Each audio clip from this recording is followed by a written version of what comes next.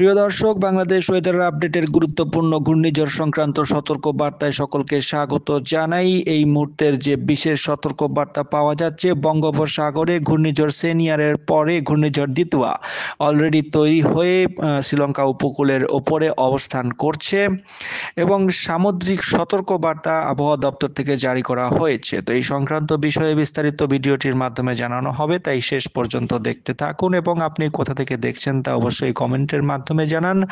নতুন হলে অবশ্যই চ্যানেলটিকে সাবস্ক্রাইব করে রেখে দিন।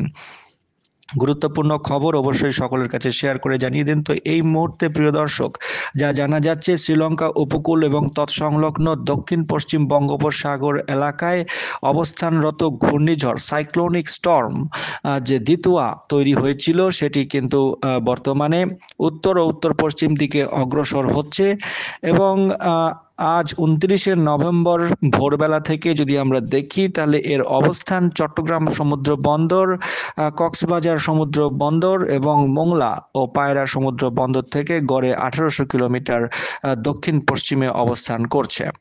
এটি আরও উত্তর পশ্চিম দিকে অগ্রসর হতে পারে, যদিও এর প্রভাব উত্তর বঙ্গোপসাগরে এসে পৌঁছাবে না। তবে দূরবর্তী সতর্কতার সংকেত থাকছে, হুঁশিয়ারি সংকেত দেখিয়ে যেতে বলা হয়েছে চট্টগ্রাম, কক্সবাজার, মোংলা ও পায়রা সমুদ্র বন্দর সমূহকে।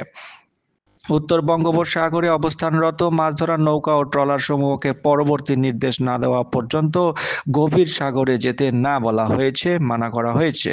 ঘূর্ণিঝড় কেন্দ্রের 54 কিলোমিটারের মধ্যে বাতাসের একটানা সর্বোচ্চ গতিবেগ ঘন্টায় 62 থেকে 65 kilometre, 62 to 65 kilometre per hour gusting হিসেবে বৃদ্ধি পাচ্ছে। কোনো জায়গায় 90 কিলোমিটার গাস্টিং পর্যন্ত দেখা যাচ্ছে। ঘূর্ণিঝড় কেন্দ্রের নিকটবর্তী এলাকায় সাগর মারাত্মকভাবে উত্তাল অবস্থায় দেখা যাচ্ছে।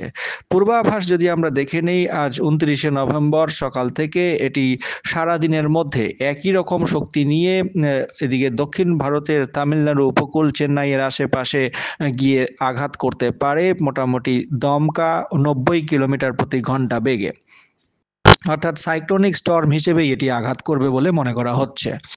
তো আজ সারাদিনে এর পূর্বাভাসে কি কি পাওয়া যাচ্ছে সেটা আমরা দেখে নেব। এই মুহূর্তে আজ 29শে নভেম্বর ভোরের মধ্যে দেখা যাচ্ছে এটি শ্রীলঙ্কা উপকূল অতিক্রম করে গেছে এবং এটি জাফনার আশেপাশে অবস্থান করছে। দমকা বায়ুর গতিবেগ 80 থেকে 90 কিলোমিটার প্রতি ঘন্টা বেগে এর আশেপাশে রয়েছে এবং এই এলাকায় সমুদ্র মারাত্মকভাবে উত্তাল রয়েছে। দক্ষিণ ভারতের তামিলনাড়ু উপকূলে এর মারাত্মক প্রভাব পড়ছে। ঘন্টায় 60 থেকে 70 কিলোমিটার প্রতি ঘন্টা বেগে দমকা হাওয়া স্থলভাগের উপর দিয়ে বয়ে যাচ্ছে এবং আজ সারাদিনের মধ্যেই এটি স্থলভাগে আঘাত করবে বলে মনে করা হচ্ছে। পদুচেরি এবং চেন্নাইয়ের আশেপাশে মারাত্মকভাবে প্রভাব বিস্তার করবে, ল্যান্ডফল করবে।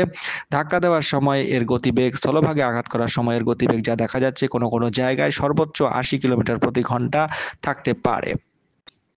পরবর্তীতে আবহাওয়ার যে পূর্বাভাস পাওয়া যাচ্ছে, দেশের আবহাওয়া পরবর্তী কয়েকদিনের ক্ষেত্রে তাপমাত্রা এবং কুয়াশার যে পূর্বাভাস পাওয়া যাচ্ছে সেটা আমরা এখন জানিয়ে দেব। তো আজ 29শে নভেম্বর মোটামুটি সারা দেশে আংশিক মেঘলা আকাশ সহ আবহাওয়া শুষ্ক অবস্থাতেই থাকবে।